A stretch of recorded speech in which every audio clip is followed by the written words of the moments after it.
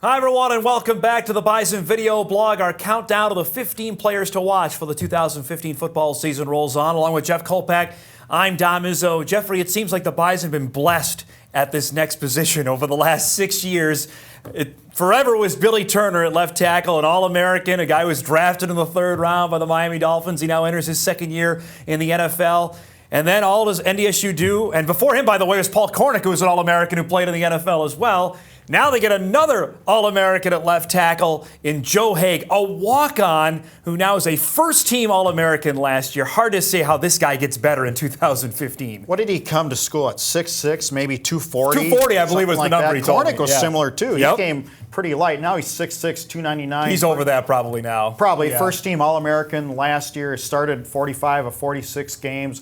This guy has longevity, and this guy is durable. Yeah. That's so big for an offensive lineman in this system. You know, a lot of it, too, is how they develop these guys, too. You bring them in, and it's a program. You know, you go to the strength coach, you go through the strength and conditioning system, you do your work when you're redshirted, and then you just look at how these other guys, the guys in front of you, are doing their job, and you try to do the same. This is the symbol of the Bison walk-on program, though. This guy right here. For anybody that's walking on that looks at this, or maybe trying to get a scholarship from a D2, they look at this guy and say, okay, he was a walk-on and now is a Division I All-American and a legitimate NFL draft prospect. Absolutely, and he's legitimate because he's got that agility. You just can't be slow at this position. So obviously there's some things there. You know what I like about the walk-on program and some of these recruits NDSU gets at the FCS level? You know, at FBS, a lot of them, they like to get them ready-made out of high school. Yep. They like to get them at 280, 290, so they're ready to go. They're ready to go, as you say. Now, it's different in the FCS. You can take more chances with these guys. You can take more walk-ons. You can take guys who it's a project. Maybe you give them half. Maybe you give them half a scholarship, and you're right. They're in that project mentality, and see if they come along. Like Landon Leckler is a basketball player more than a football player, and you say, okay, well the guy's 6'7", almost 6'8". He can do those and movements on the basketball court, and he's got that agility. Well, what if you happen to take him and bring him in and throw 40, 50 pounds of lean muscle mass on him? And I think that's what you have with Joe Haeg. How big was it with Haeg that he started his first 2 years at right tackle? Granted, I know it's a different position, and he's told us this. It's a different mindset because your footwork is completely different on the other side of the line. But he was so good at right tackle. He was an all-conference performer at that side of the line. But as they say in the blind side, I think you want your best lineman to the back of your quarterback, and that's why you have Joe Haeg over there.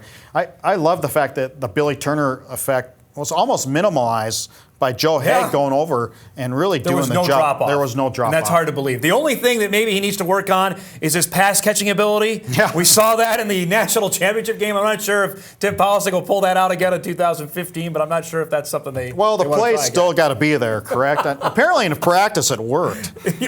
Well, we don't know. We'll trust on that. I believe he's a team captain in 2015. For all of his experience, he's a senior at that position. I believe he's one of the team captains. And we've been around him a lot the last 2-3 years. Smart kid. Smart kid. He's a mature kid. He really handles himself well. He's well-spoken.